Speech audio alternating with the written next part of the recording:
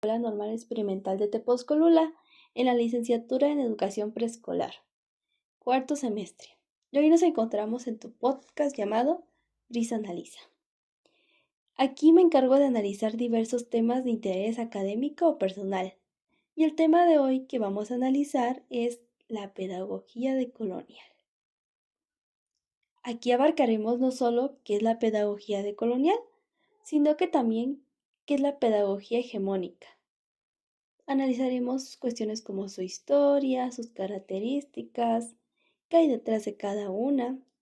También analizaremos los pensamientos de los autores decoloniales y cómo se ve la educación moderna hoy en día. Si estás inmerso en este mundo de la educación o solo quieres expandir más tu conocimiento, te invito a que te quedes en el tema de hoy, ya que este es muy interesante. ¿Alguna vez has escuchado el término pedagogía decolonial o colonialismo? ¿Qué te imaginas cuando decimos estos términos? Bien, pues la pedagogía decolonial, si nos basamos en el libro llamado Pedagogía decoloniales de la autora Katherine Walsh, que es la mayor fuente de información de este podcast, te invito a que después revises su libro, que pues de hecho también está muy interesante. Define a la pedagogía decolonial como un enfoque educativo que se encuentra en la constante búsqueda de desmantelar la colonialidad, del saber, del ser y del poder que tiene el eurocentrismo. Ya que conocemos muy bien qué es la pedagogía decolonial, debemos tener en cuenta su contraparte, que es la pedagogía hegemónica. Nosotros cuando escuchamos pedagogía hegemónica, podemos pensar, por ejemplo yo, en un eje. Esto lo pienso por los primeros fonemas que existen en la palabra hegemónico. O también, si ya tenemos un poco de conocimiento, podemos pensar en algo ya impuesto. Y lo cierto es que vamos por el camino correcto, ya que definimos a la pedagogía hegemónica como las teorías y prácticas educativas que dominan el sistema de enseñanza. Esta se establece como una norma natural, entre comillas, e incuestionable. Y esta pedagogía busca reproducir algún orden social, cultural y económico, así como también autores como Pineu, quien fue un doctor en educación y también de hecho un referente contemporáneo de la pedagogía argentina, nos menciona que la pedagogía hegemónica es una mezcla del liberalismo, del positivismo y de la escuela tradicional, que desplaza a otras pedagogías alternativas para volverse un modelo universal, lo que también nosotros podemos conocer como globalización en la educación. Un ejemplo que todos hemos pensado alguna vez de lo que es la pedagogía hegemónica y que seguramente hemos aplicado o hemos tenido dentro de nosotros es que solemos pensar que el éxito escolar se basa en alcanzar una calificación numérica en un examen estandarizado, lo que nos definiría como una inteligencia o el nivel de inteligencia que nosotros poseemos. Este es un ejemplo de cómo nosotros podemos tener un conocimiento impuesto o asumido. Bien, ya que conocemos un poco de las dos caras de la moneda, debemos comprender de dónde es que nacen estos términos, ya que estos se encuentran relacionados entre sí y representan una relación de confrontación crítica. En palabras más claras, son dos polos opuestos de la pedagogía latinoamericana. Muy bien, para comprender más a fondo este tema y la contraste entre estos dos tipos de pedagogía, vámonos con un poquito de historia. A la sección de historia.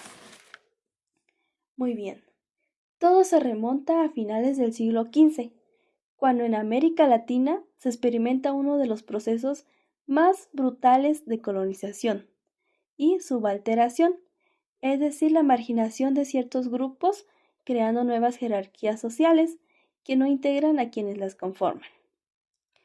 Durante este tiempo no solo se impuso una visión del mundo de los conquistadores, sino que además se aniquilaron civilizaciones de quienes su riqueza material y espiritual aún no se revitalizan hoy en día. Qué fuerte, ¿no?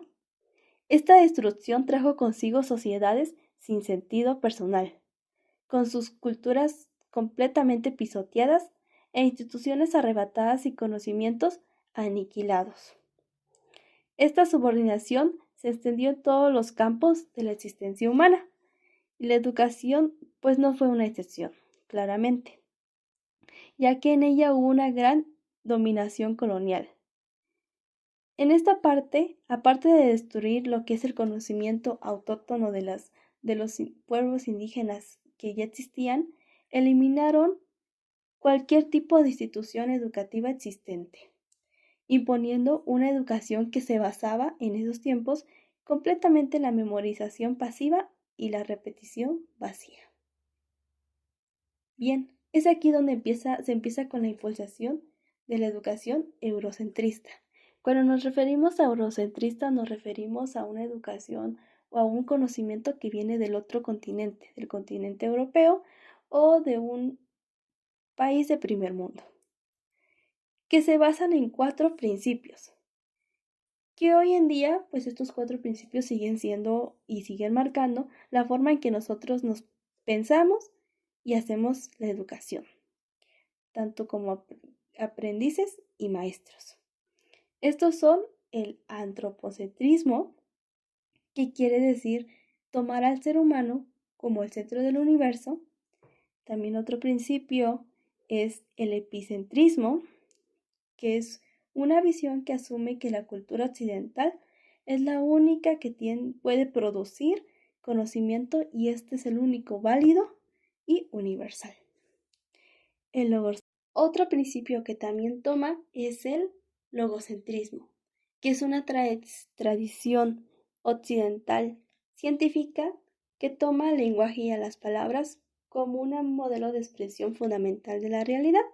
Y por último tenemos el principio del falocentrismo, que toma al hombre como el centro de la investigación. A partir de esta pedagogía es que nace la pedagogía decolonial y nace a partir de movimientos sociales que tenía el pueblo latinoamericano. Este tipo de movimientos o esta pedagogía ya se practicaba antes de que existiera en sí la sistematización del mismo y se hace mediante la resistencia de los pueblos a los modelos impuestos. Movimientos como son los movimientos indígenas, movimientos de los pueblos afrodescendientes o de grupos minoritarios. Aquí ellos buscaban recuperar su historia y desprenderse del racismo y desigualdades que vivían dentro de la escuela tradicional y del sistema que los regía. Mediante esta lucha que hacían los pueblos latinoamericanos, nacen lo que son los primeros intelectuales latinoamericanos o autores de la decolonización. Así es como personajes muy destacables como son los siguientes: Paulo Freire, siendo uno de los más icónicos y precursor; Catherine Walsh, que es una figura principal también, y acuñó el término de pedagogía decolonizadora y la interculturalidad crítica, que pues ella lo menciona como una forma de interculturalidad en la que no solo se busca lo que es incluir al pueblo sin generar algún cambio, sino que quiere cuestionar la dominancia de las culturas sobre otras y generar un cambio en cada uno de los aspectos de la vida social, cultural y económica. También tenemos otros autores como Franz Fanon y Enrique Dussel. Vamos a explorar los conocimientos que nos brindaron dos autores muy destacables, que es Paulo Freire y Franz Fanon. Muy bien, ¿qué nos menciona Paulo Freire? Paulo Freire menciona que él es el precursor de esta pedagogía, con la famosísima obra de la pedagogía del oprimido, y para Paulo Freire, la educación no solamente se limitaba o restringía a la educación formal e institucional, sino que conllevaba un acto político. Es decir, como lo menciona, no hay práctica social más política que la práctica educativa, decía Freire. Para Freire también la educación no solo era formal e institucional, donde la educación puede ocultar la realidad de la dominación políticos, o por el contrario puede denunciarla y anunciando otros caminos convirtiéndola en una herramienta de lucha. Además, Freire se centró en las condiciones existenciales y vivenciales de las clases pobres y excluidas, es decir, como él lo denominaba, oprimidos, y el orden de poder de los opresores, que mayormente generaba violencia a los oprimidos. También brinda lo que es una alternativa a los oprimidos, que es la liberación del oprimido, que sucede cuando él descubre que es un anfitrión del opresor. Otro autor importante que también me gustaría mencionar es Fanon, que define a la decolonización como una forma de desaprender lo impuesto y asumido por la colonización y la deshumanización, para reaprender a ser hombres y mujeres. Aquí Fanon lo ve como un análisis personal y colectivo para llegar a lo que es el despertar. Finalmente, para concluir, y como conclusión de este podcast, quiero decir que pues yo considero que la pedagogía decolonial no solo sirve para formar a un docente, brindándonos pues estrategias o un camino para aplicar alternativas de intervención en donde trabajemos no solamente de lo que ya está impuesto y del pensamiento eurocentrista, sino de los saberes comunales y objetos del entorno comunitario, sino que también nos puede servir como una herramienta del pensamiento que nos puede ayudar a hacer una introspección de nosotros mismos y de nuestras creencias, poniendo en la mesa incógnitas como ¿quién soy? ¿Por qué soy como soy? ¿Por qué hago lo que hago? ¿O por qué creo lo que creo? Además de que nos ofrecen un camino a reconocer nuestras raíces y abrazarlas con cariño.